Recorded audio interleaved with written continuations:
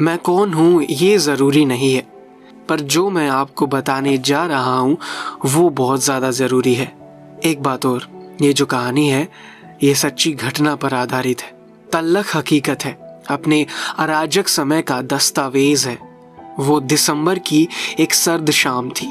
हम 6 लोग cannot place के वोल्गा रेस्टोरेंट में ब्रिजेश की प्रमोशन पार्टी के मौके पर इकट्ठा हुए थे। ब्रिजेश यानी बंटी, मेरा छोटा भाई। ब्रिजेश इंडिया बुल्स कंपनी में मैनेजिंग डायरेक्टर बन गया था। खुशी का मौका था। मेरी पत्नी सरला और ब्रिजेश की पत्नी नेहा के अलावा ब्रिजेश के कॉलीग्स भी वहां थे और श्रीमती श्रीनिवासन भी हमारे साथ थी। एक बूढ़ा सरदार थके हुए कदमों से आया और हमारे सामने उसने मेन्यू ला के रख दिया। हमने देखा कि ब्रिजेश उस सरदार वेटर को ध्यान से देख रहा था, जैसे उसे पहचानने की कोशिश कर रहा हो। अचानक वो अपनी कुर्सी से उठा और उस बूढ़े सरदार के पास पहुंचकर उससे कहा, सरदार जी आप? बूढ़ा सरदार उसे गौर से देख रहा था। समय जैसे वहीं ठहर गया था। अचानक उसके मुंह से निकला, कहीं तू बंटी तो नहीं? स्मृति के मंच से जैसे बरसों पुराना जीना पर्दा सरासर कर ऊपर उठ गया। पहचान का सूरज जैसे समय के बादलों को चीर कर बाहर निकल आया।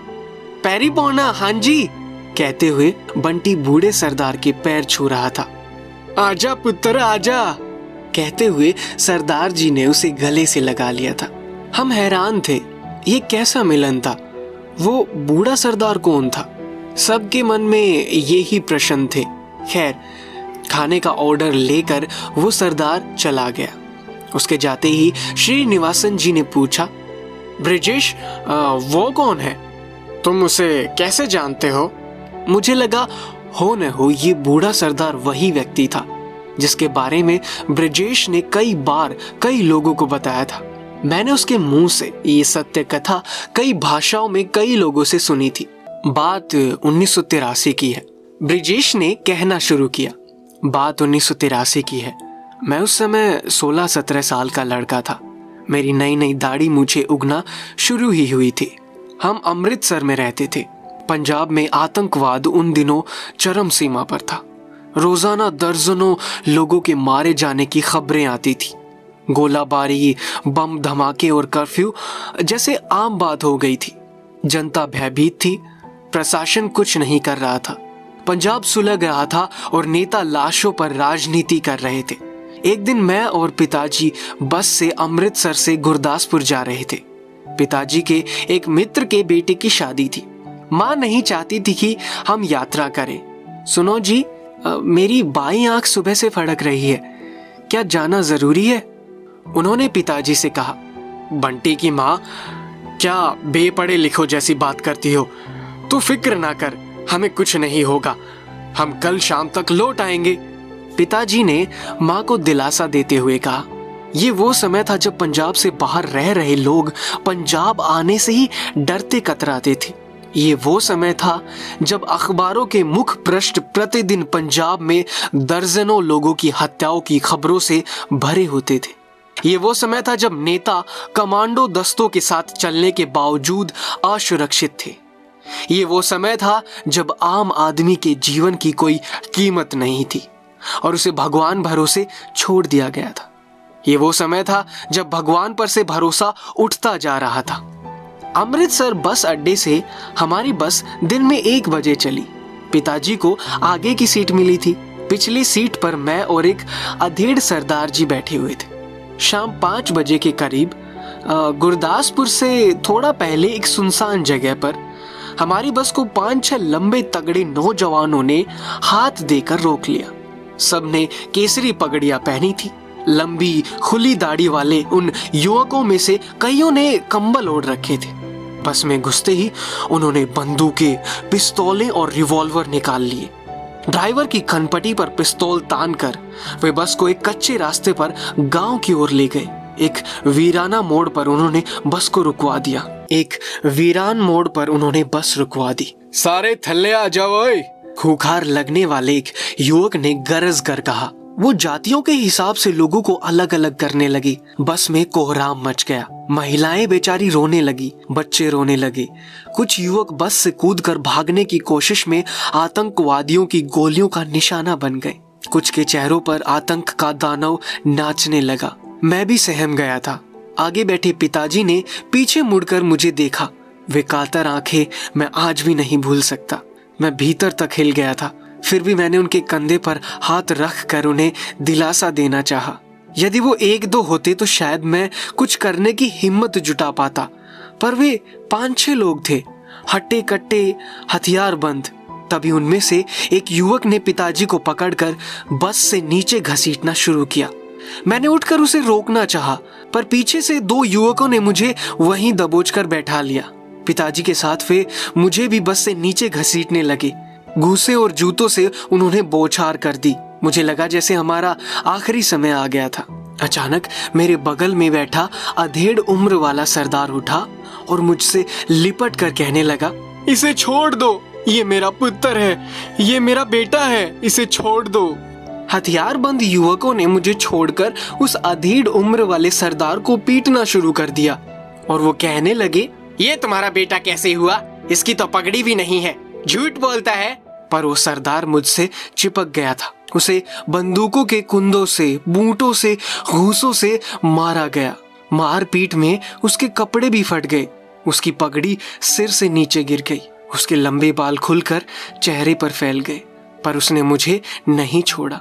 वो बार बार कहता रहा, वाहे गुरु दिसो, गुरु नानक देव जी की कसम, ये मेरा पुत्र है, ये सरदार है, इसे छोड़ दो, इसकी जान बख्श दो। वो भगवान का दूत था। वो वाहे गुरु का भेजा हुआ फरिश्ता था।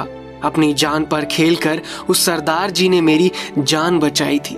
श्रीनिवास जी, मैंने जिस बूढ़े वेटर के पैर छुए, ये वही सरदार है। आज अगर मैं जीवित हूँ तो इसी सरदार की बदौलत हूँ। ये कहकर ब्रजेश चुप हो गया। श्रीनिवासन जी खुद को न रोक सके और उन्होंने पूछ ही लिया, और आपके पिताजी का क्या हुआ? मेरी आंखें नम हो गई। ब्रजेश ने मेज पर पड़े गिलास से पानी का एक लंबा घूंट लिया। मैं उन्हें नहीं बचा पाया। आतंकवादियों ने उन्हें भी गोली मार दी। लेकिन मैंने बाद में महसूस किया कि पिताजी उस दिन पहली बार नहीं मारे गए थे, ना ही आखिरी बार।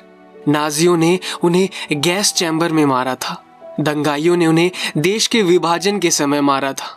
वे दिल्ली, बोस्निया और गुजरात के नरसंहारों में मारे गए थे। वे हर उस जगह मरे थे जहां किसी बेगुनाह व्यक्ति को केवल इसीलिए मारा गया था क्योंकि वो किसी धर्म या वर्ग या जाति विशेष का था। ब्रिजेश ने रूंधे गले से ये सब कहा। बूढ़ा सरदार खाना लेके आ गया था। सरदार जी, आप यहाँ कब से हो? ब्रिजेश ने पूछा। क्या बताऊं पुत्र, 1983 के उस हादसे के कुछ महीने बाद आतंकियों ने हमारे गांव पर हमला किया। उन्होंने वहां भी कई लोगों को मार डाला। उन्हीं दिनों मेरे बेटे की नौकरी दिल्ली में लग गई, तो मैं उसके पास यहाँ चला आया। सरदार जी की आवाज भर गई थी। अच्छा सरदार जी, तो आप अपने बेटे के साथ रहते हो? ब्रिजेश ने कहा। ये सुनते ही वो बूढ़ा सरदार फूट फूट कर रोने लगा। रह रहकर वो कांप उठता था। हम सभी आवक होकर उसे देख रहे थे। ब्रिजेश फुर्ती से उठा और उसने सरदार जी को बाहों में लेकर उसे सहारा दिया। क्या बताऊं पुत्र, बाप को 1947 निगल गया था, बेटे को 1984 खा गया। दंगाइयों ने उसके केश कत्ल करके उसके गले में टायर डालकर उसे जिंदा जला दिया था। बूढ़े सरदार के आंसू नहीं रुक रहे थे।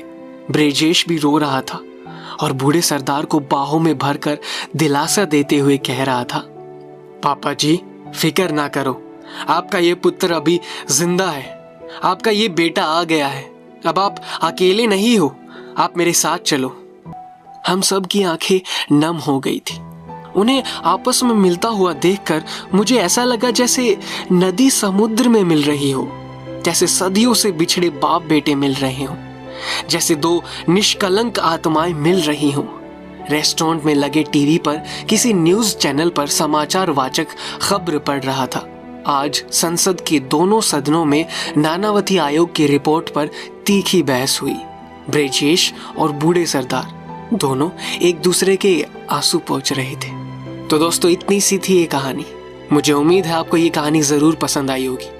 जरूरी नहीं है कि असली कहानी का कोई अंत निकल कर आए। कई बार कहानियों को इस तरह छोड़ दिया जाता है कि उनका मतलब हमें अपने आप निकालना होता है। तो दोस्तों, अगर आप चाहते हो कि आपके पास कोई ऐसा किस्सा या कहानी है और आप चाहते हैं हम लोगों को वो आपकी कहानी या किस्सा सुनाएं और हमारी आवाज में सुनाएं, तो आप आपकी कहानी हमारे साथ शेयर कर सकते हैं। आप मुझे इंस्टाग्राम पे मैसेज कर सकते हैं। मेरा इंस्टाग्राम हैंडल है BHUPENDER.PNWR। आपके मैसेजेस का इंतजार रहेगा। मुझे दीजिए इजाजत, आपसे फिर मुलाकात होगी इसी शो में जिसका नाम है ये कहानी कुछ कहती है। तब तक के लिए अपना ख्याल रखिए।